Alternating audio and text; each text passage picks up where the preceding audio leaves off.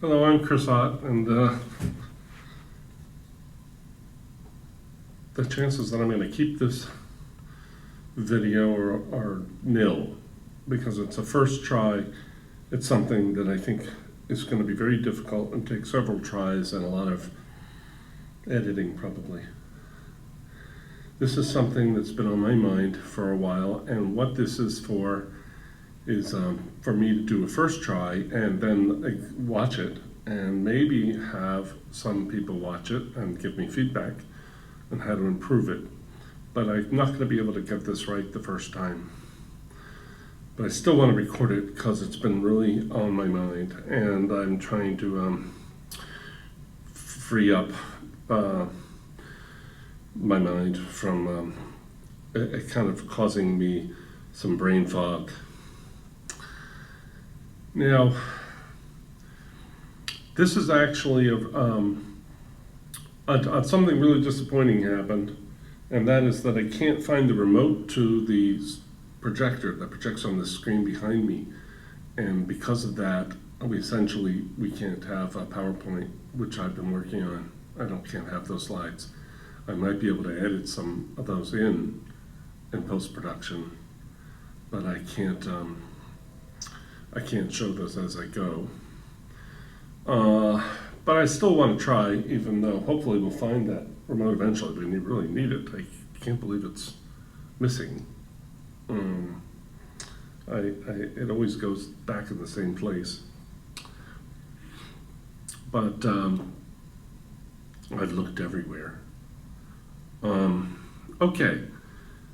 This show's called The Point, and it's about a single matter in Meher Baba's main book, God Speaks, and it's actually about a single word in the book and about its meaning. And I say this is a deep dive, The Point, a deep dive into the meaning and significance of a single word in God Speaks. The importance of interpreting this one word correctly can't be overstated. This has actually been on my mind for 20 years. And I have, who has understood me? A couple people have understood me, but for the most part, no one has.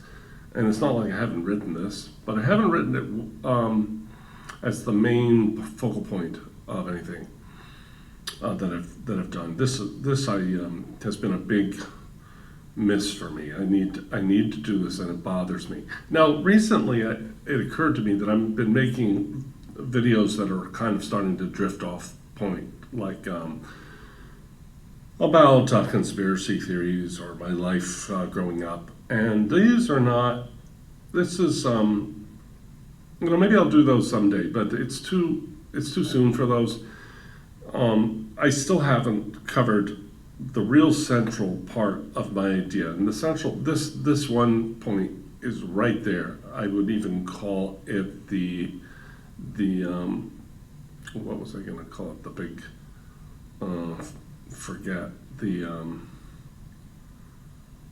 the blockbuster. I mean, this is kind of, if all my ideas are really stem from this one idea, everything I've ever said comes from and leads back to this one idea.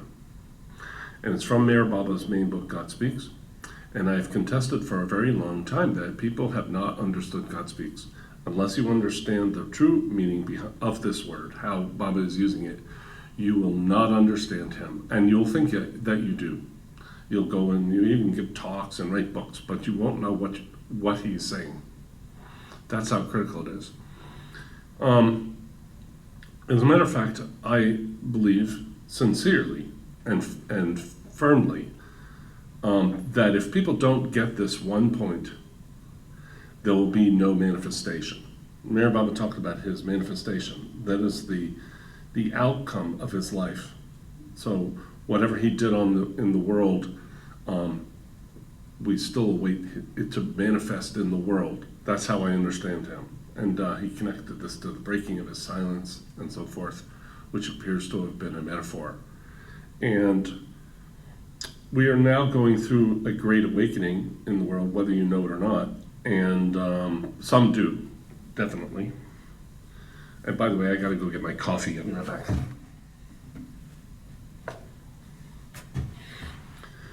So this seems to me to be a more than appropriate time to make this point known, and hopefully it'll be known publicly. These videos, they go out to the whole world, and I don't have much of a following, but I think a time will come when this will spread and people will come and take a look, but maybe not yet. But it's got to be out there, and I've got to say this clearly before I pass away. So, Baba's teachings about the world being an illusion, and his teaching that we are all one, will never become more than hackneyed and incomprehensible platitudes unless we get this point I'm going to try to make. If we do, his words, the universe is illusion, imagination, nothing, and you and I are not we, but one, so things are not as they appear, will not be understood intuitively. Only by a real understanding of this one word in God Speaks do these words come to intuitive life. And suddenly, you're reading Baba and you see it everywhere. Once you see the point I'm going to make, you're going to see Baba is saying it everywhere, but we didn't see it. We had to sort of have the point before we looked for it. Then you'll see it, and it's there. And then you'll go, well, I can't believe I missed it. And maybe some will miss it for a long time, but for a few, they're going to eventually get what I'm saying. Now, there's only one way to understand what I'm about to say, what Baba said, and if you don't get it the way I'm going to describe, you will always find yourself in a Cartesian dualism. You'll never a monism, like Baba described. You will always have the mind-body problem, which I've talked about endlessly. You will not be able to solve it with a misunderstanding of this one sentence in God Speaks. It makes all other sentences have their meaning. There'll be a dualism between God and his creation. It'll have God as an occult entity. That means some hidden entity, kind of like an ascended master, or the God in the clouds. You'll have a dualism between the experienced world and the theoretical causal physical one, which in philosophy is called the causally responsible external world, which it also becomes an occult theoretical entity. And you'll have a dualism between every man and his brother. There's nothing but dualism, separation, and I believe this is why the children of the Baba people didn't stay with Baba, because if you don't understand this one idea, there's nothing really new in Baba. You can get the same stuff elsewhere: reincarnation, karma, mukti, these kinds of concepts, they already exist. But this one idea doesn't. This is what's new in Baba. This is what's gripping, but it hasn't been gripped. Okay, and it's the reason that the Baba followers are kind of have been leaning toward channeling and things like that too, because of the separation they've created through this misunderstanding. And I have to say, this misunderstanding is totally understandable, given the circumstances of how we're raised and the propaganda that we're exposed to. We live in a certain paradigm without realizing it. I talked about this in my first book. There's kind of a collective lens that people look through, and so they don't know they're looking through it. I went through this morning showing it to a good friend, and she really couldn't get the idea, and I really could show her why, and I showed her what we're taught, and she agreed. That is what we're taught. All right. With this misunderstanding, unity that Baba describes becomes an impossible, except as an incomprehensible doctrinal dogma, to parrot incongruously and impose upon humanity, which is sort of what the great, the elite are trying to do, sort of a one world state. But that's not what Baba came to bring, that kind of coercion to act like we have unity, but to actually see that unity. Now, Baba said this, I have the quotes, he said, without this understanding that we're all really one life, the thing that we get to, there's no solution to our problems. No solution will work. All right. Now, before I begin to talk, now that word, by the way, is on page 10 in God Speaks. It's the word appear. We're going to talk about the word appear on page 10 of God Speaks in the second edition, which is the current edition, and it was on page 9 in the original first edition, 1955. Okay? And we're going to go, this is where we're going to do a deep dive into the meaning of this word. Now, before I can start, I have to convey a couple concepts. Okay, one of them is the word, I have to define some terms. The words, as I'm using them here, subjective and objective, okay? If you just look up in the dictionary, on your computer, say, the word subjective, it'll say based on personal beliefs or feelings rather than facts. It's just subjective. But that's related to what we're going to say, but it's not what we mean. Here we mean subjective in its philosophical sense, and it has to do with the distinction between the subject and the object, or like in grammar, the doer and the done. So in perception, that's we would call that the seer and the seen.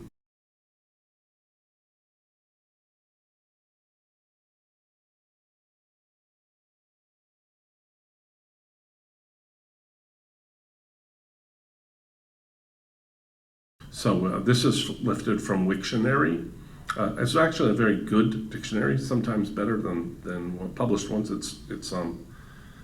It's user kept up, but it's shareware, but it's very good, and it has this meaning that we use in philosophy. So it means pertaining to subjects as opposed to objects. A subject is one who perceives or is aware. An object is the thing perceived, or the thing that the subject is aware of. Okay, that's how I'm using these words. The seer and the seen. Or as Ralph Waldo Emerson wrote, the witness and the spectacle. That's great use of words, but he's a poet. Okay, so now I'm going to go to the word. Oh, and I also wanted to convey this one more thing. I will show a video here, or one or two clips from videos, so that you can see what I'm describing. There's a condition, and this will help later. I know it'll seem odd now, but this is a truly subjective experience, okay? But it's not just an opinion, it's subjectively experienced by the witness. It usually starts off as this kind of a small gray spot in your vision, kind of like an after image after staring at a bright light and then turning away from it. That little after image spot starts to grow and turns into almost a C or crescent moon shape. And then it starts to kind of give a flickering appearance, kind of like a strobe light. It can also start to have like a colorful zigzag pattern. And some people even say that it's a colorful, almost kaleidoscope in their vision.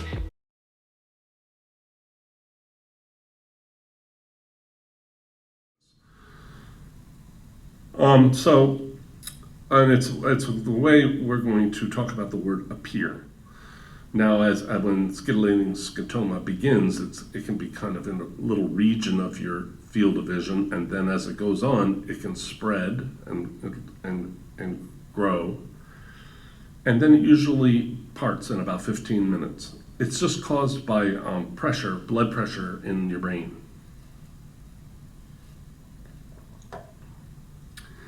And it's not a serious condition, but it can be very upsetting when you first have it. I've had it several times. It's not that rare. We can look it up. So now let's go. I just wanted to say that because I'm going to refer to scintillating scotoma later as an analogy for something I'm going to say. Okay. Now here's the line. It's in God Speaks. It says, through this most finite point, he means the own point, okay, of manifestation of the first urge, the shadow of the infinite, which for him is the universe, gradually appeared and went on expanding. All right. That's Meher Baba, God Speaks, second edition, page 10. In the first edition from 1955, it's page 9. Now, because we are in the 20th century, we were brought up with a lot of language that was very similar about the Big Bang. So this is how Baba has been understood, to be talking about this Big Bang, the world coming out of some point, sort of exploding out. But I'm going to show that that's not what Baba is saying. And if you think that, you've misunderstood Baba, and it's not your fault, but you really need to get on board if you want to really understand Baba. So we're focusing in on the universe gradually appeared and went on expanding. Now, I'm going to show this picture from a video about the Big Bang, and I'll show a bit of that video. At the beginning, no space, no time. Everything in the known universe compressed into a dot smaller than an atom. Suddenly, out of this, the universe expands. Stars and galaxies form, creating the cosmos we see today. The story of our universe starts with a Big Bang. What's the problem here with this image? Okay. If the word appear, okay, I should say, the word appear, the definition that we're looking for, it means come into sight, okay?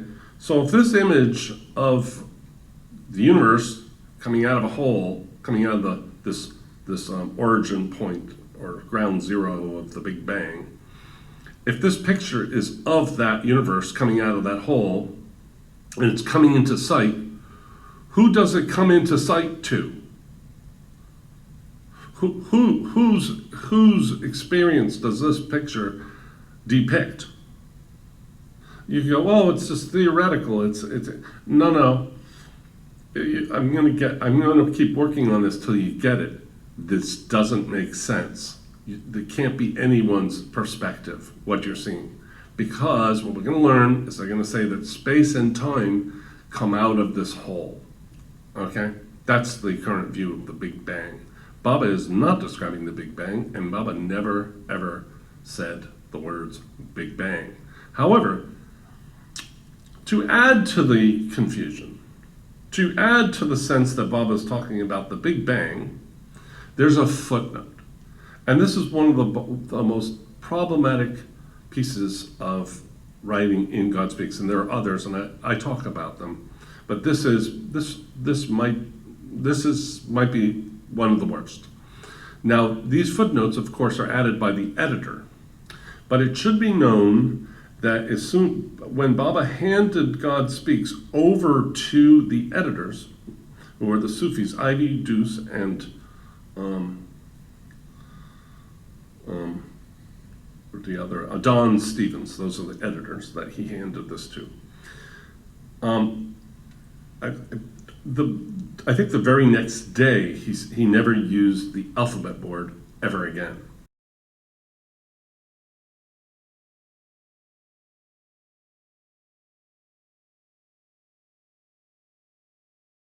So therefore, when they consulted with Baba with questions about what he meant, you must not imagine Baba spelling out the answer on the alphabet board, because he didn't use an alphabet board.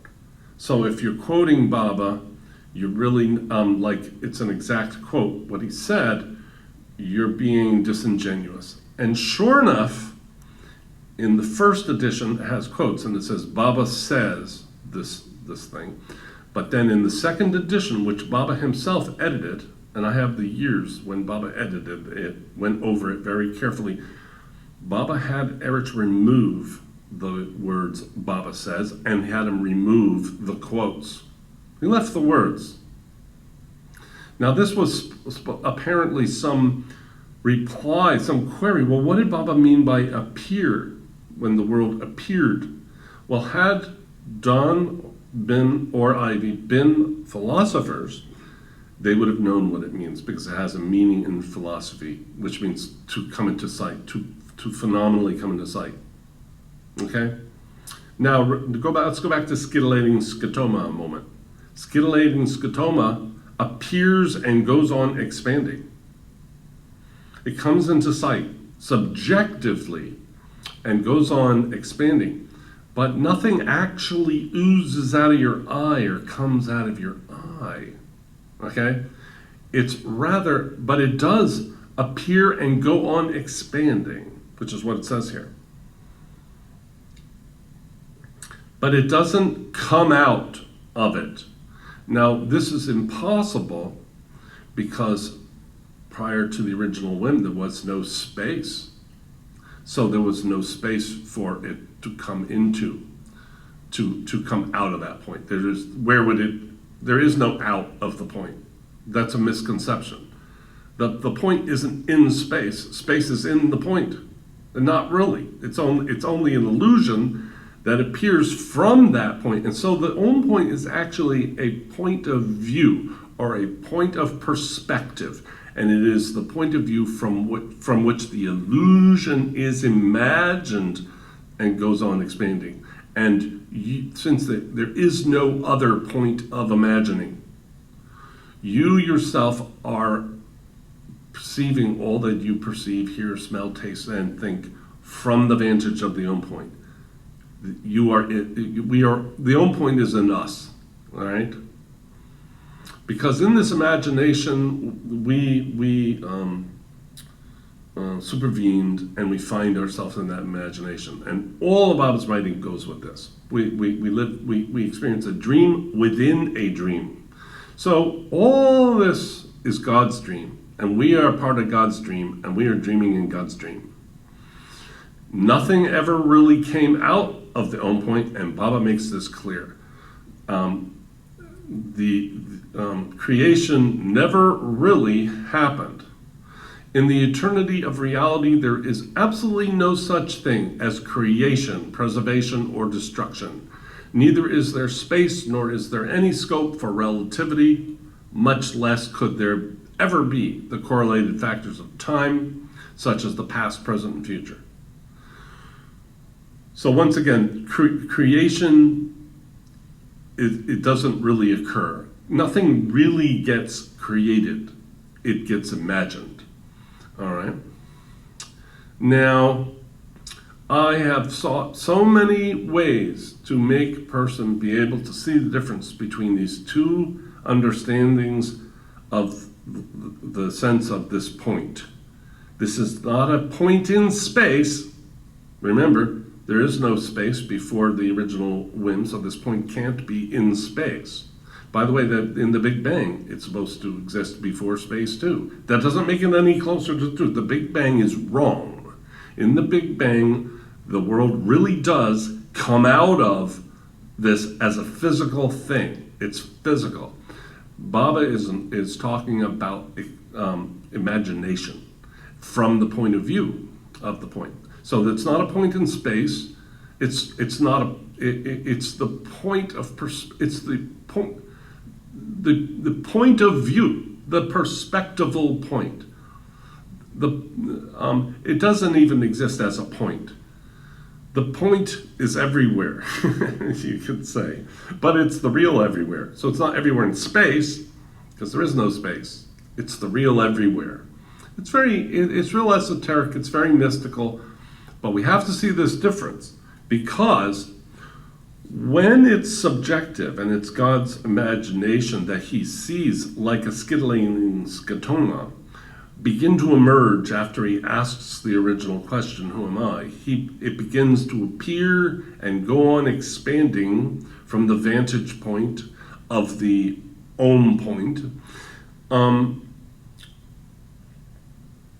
Then eventually you who are God find yourself as Joey or Sally or Ben in this dream, and then you are still experiencing your experience from the vantage point of the original wind, because it is the only actual vantage point from which all seeing is done. There's really only one soul, and there's really only one seer. The seeing is different according to the sanskaras, but the seer is one.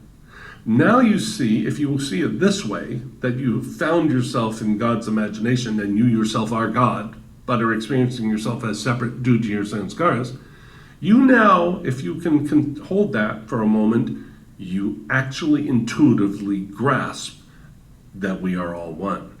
And you actually intuitively grasp that the world is an illusion. Unlike the Big Bang, which is a materialistic idea that the world exists really fundamentally, and matter is most fundamental in materialism. That's not what we think. We think matter is just something that that God imagines. And you, in God's imagine it, of course, too. So we can imagine something coming out of something else, and then we have to go, but where is the space for it to come out into? And if there's no time, then there is no time in which this can take place. So we have a real problem. So what really Baba means by appear is becomes visible to God, begins to become visible. First, with the most iota, the infinitely finite first atom, you could say. It's the first experience, and then that goes on expanding. And God experiences himself as being that atom, and so forth, until he is a squirrel and a lion and a man and a God-realized person. But let's just briefly look at this footnote. The footnote says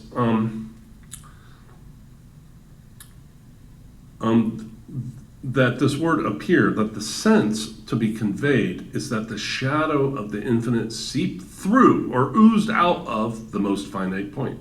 Well, that's the Big Bang. So the editors are correcting Baba, and they're putting in what the physicists already think. Whether it's ooze or seep, this seems to excite some people reading this. Oh, Baba's telling us it didn't come out fast, it came out slow. Yeah, no, that doesn't change it.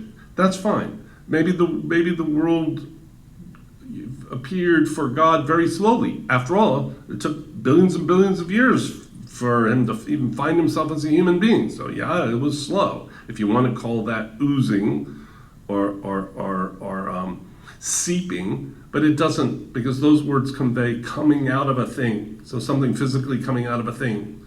And there's no spiritual seeping out. These are words from the oil industry, which Don was an executive in. And his degree was in chemistry. And these are there's something called an oil seep or a petroleum seep, in which oil oozes out of the ground or out of a hole at the bottom of the ocean, often when they remove a pipeline that was from a drill spot.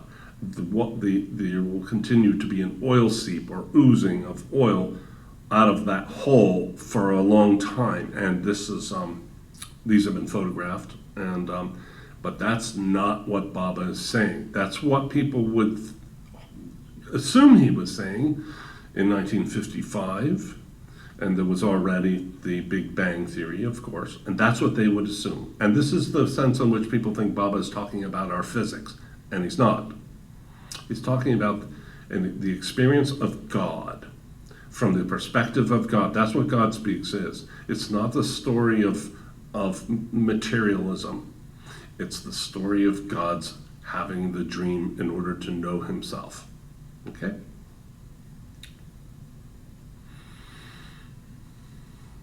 From August 1953 until June 1954, Baba dictated the first 8 chapters of God Speaks, and that includes this page 10 of the second edition, in which this sentence appears. On September 30, 1954, at the end of the 3 incredible weeks, Baba gave this book to the Sufis for editing and publication in America, and the following month, Baba stops using his alphabet board forever. Therefore, this could not have been spelled out on the alphabet board by Baba. How Baba would have conveyed it, I don't know. I don't think that he really did. I think that there's a miscommunication here. I'm now going to go over quotes that show that Baba's talking about a point of view, not a point in space. I'm just going to read them.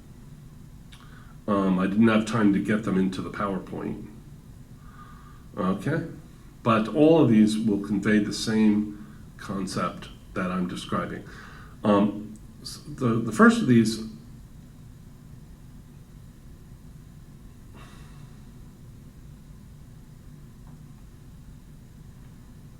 okay, this is in God Speaks.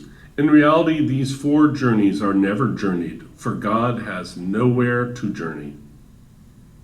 Okay. In reality, he is without beginning and without end. Fix this. And everything which has the appearance of being appeared from that which has no beginning and passes back into that which has no end. So the world appears to be created but doesn't get created. In the idea of something coming out in space, it does get created, but Baba is saying right here, it only appears to who? To whom? To God, which is, and to every, see, right now, to use modern, contemporary, popular language, I am God, having a Chris experience right now, okay?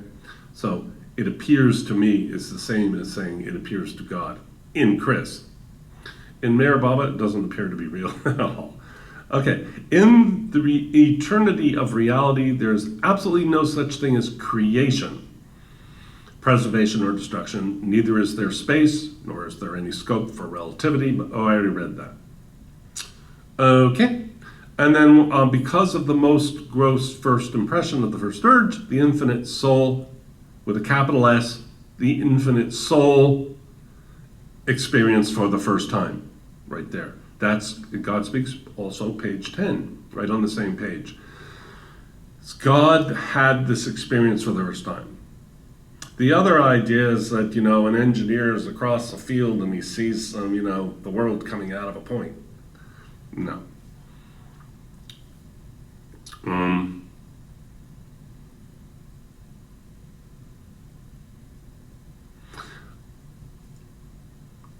All right. Let me read you some quotes from Infinite Intelligence. These are very important.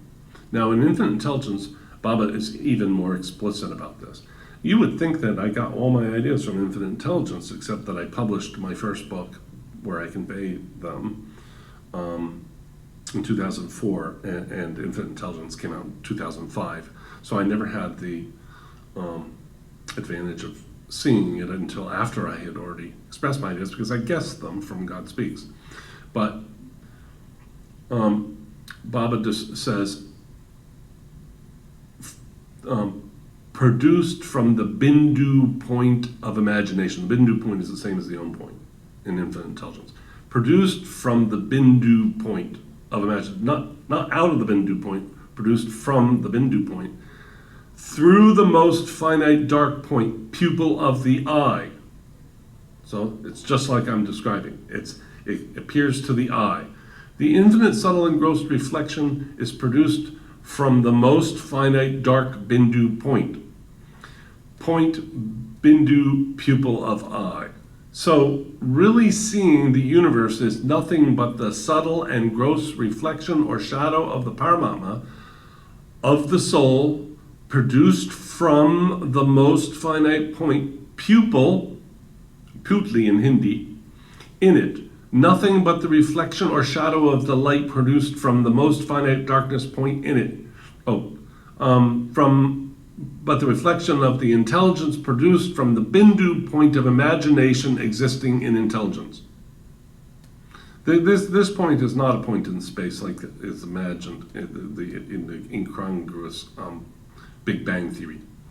Comes out through the pupil of his eye. The exact quote from Infinite Intelligence. Comes out through the pupil of his eye. It doesn't mean it comes out of a pupil.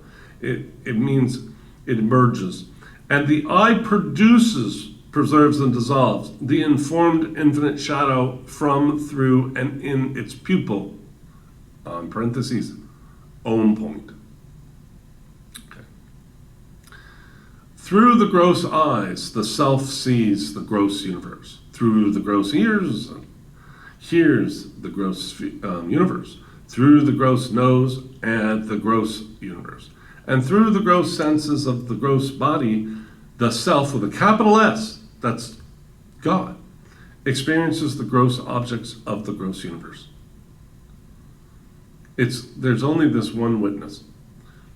The one is the only one who hears through all ears, smells through all noses, speaks through all tongues, and thinks through all minds. That same one, capital O, one, God, meaning the same one self, the same one Paramatma, exists in all minds and all bodies. That's in Intelligence Notebooks. It is Paramatma that speaks through the mouth of one and listens through the ears of another. See? I said there's only one subject experiencing this illusion. It is that one self in every self. All these three bodies are false. And the mind taking the subtle and gross experiences through these bodies is also false.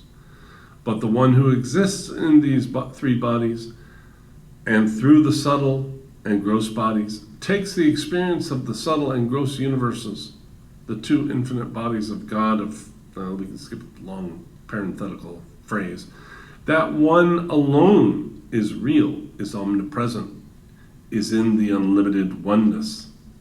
You see, if you misunderstand that word appears, you will never be able to grasp this oneness. It'll just be a dogma. You won't feel it. You won't see it. That one is the only one who hears through all ears, smells through all noses, speaks through all tongues.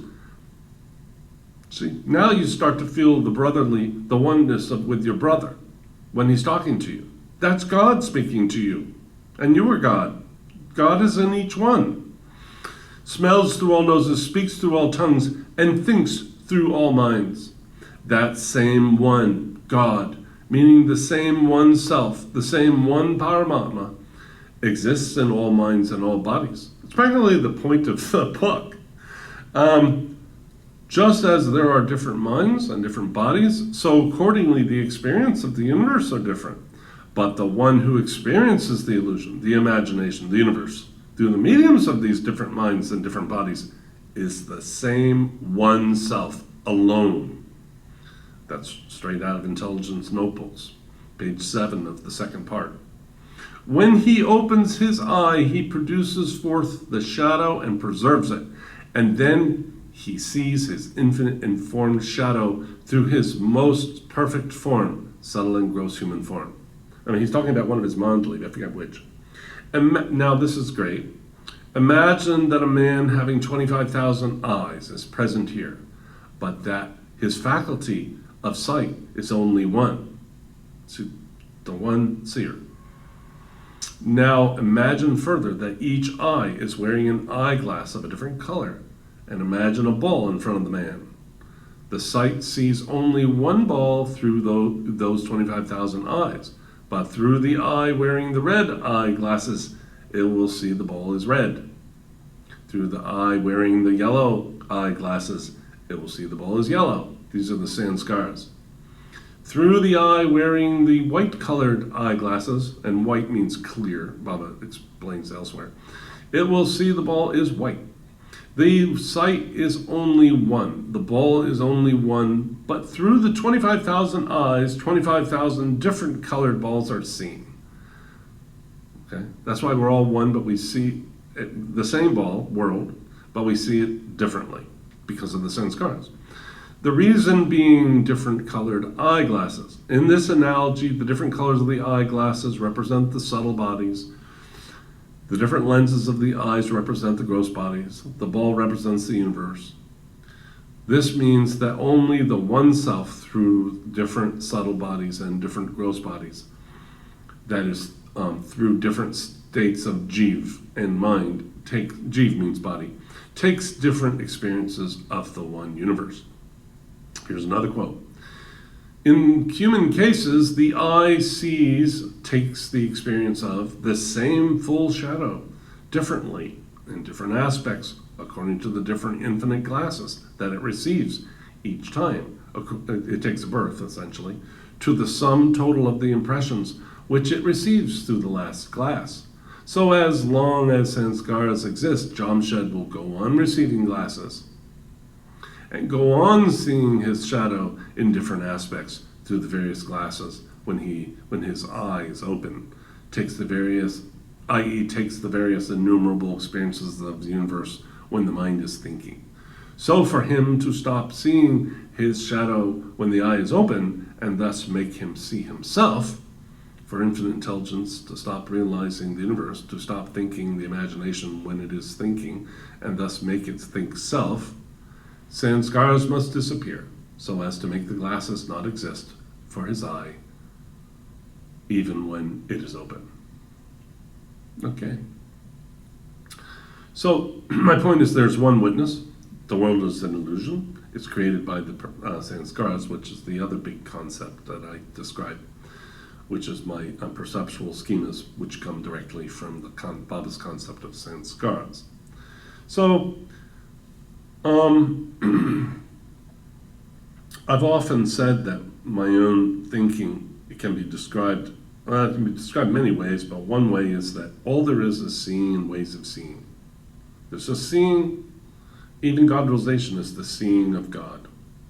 And then if you're unconscious, you're not seeing, but it's still a way of seeing, which is nil, because at that moment you're in deep sleep. So there's only seeing and ways of seeing, and the Om point is really that seeing, that Paramatma. If you when you describe metaphysics, you are forced to use physical analogs. So when God speaks, Baba talks about an ocean. But in the God-Man, Charles Purdom goes out of his way to say, now, don't think there's really an ocean. See, none of these things are literal. But what they're describing is literal, by the way. It's not like it's a myth. He's using the metaphors, but what he's describing with the metaphors, he means quite seriously and quite literally. So if he uses an eye to represent seeing, he literally does mean seeing. Okay? So, or if, so this point isn't a point in space. It couldn't be because it exists before space and time and after.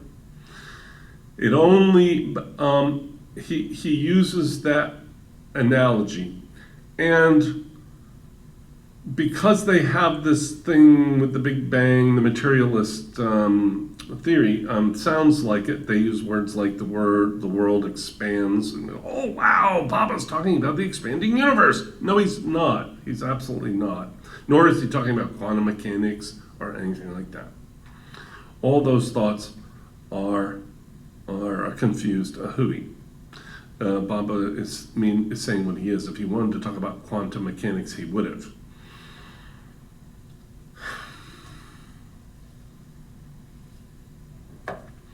So take my analogy of scintillating scotoma, which to a mind that's, to a brain, a person with a brain with this pressure problem, it appears and goes on expanding, but really nothing appears. It's illusion. It only appears to be broken glass and hovering in the sky. The universe only appears to exist, and it appears to God from the own point. And your experience that you're having is still being had from the own point. None of us actually are seers because we don't really exist except in the imagination of God. We're simply extensions of God himself. We are simply that one seeing. And I just read you over and over and over, there's just only one. And if you follow the wrong way, and you think of this appearing like a man appears at a party and he walks in physically, then you're always going to have duality. You're always going to have duality because there's the oneness won't ever make sense. And it's a bigger problem to describe why you'll always have the mind-body problem. But that's because by the time you're done conceiving of this creation from the Big Bang, you have the problem of, well, how does consciousness get into this story? So you're supposed to be a body that formed because of particles coming together after they exploded out of the Big Bang. But you're left with the question, well, how is it that I attained the power of consciousness and the ability to perceive? And you can't answer that question if you start from that model, a materialist model. It will never be possible. And that's all I have to say, and thank you very much. And as I said, this is only my first try, and I might put it online so people can give me suggestions on how I could make it clearer. Thank you very much. I appreciate it very much. Thank you.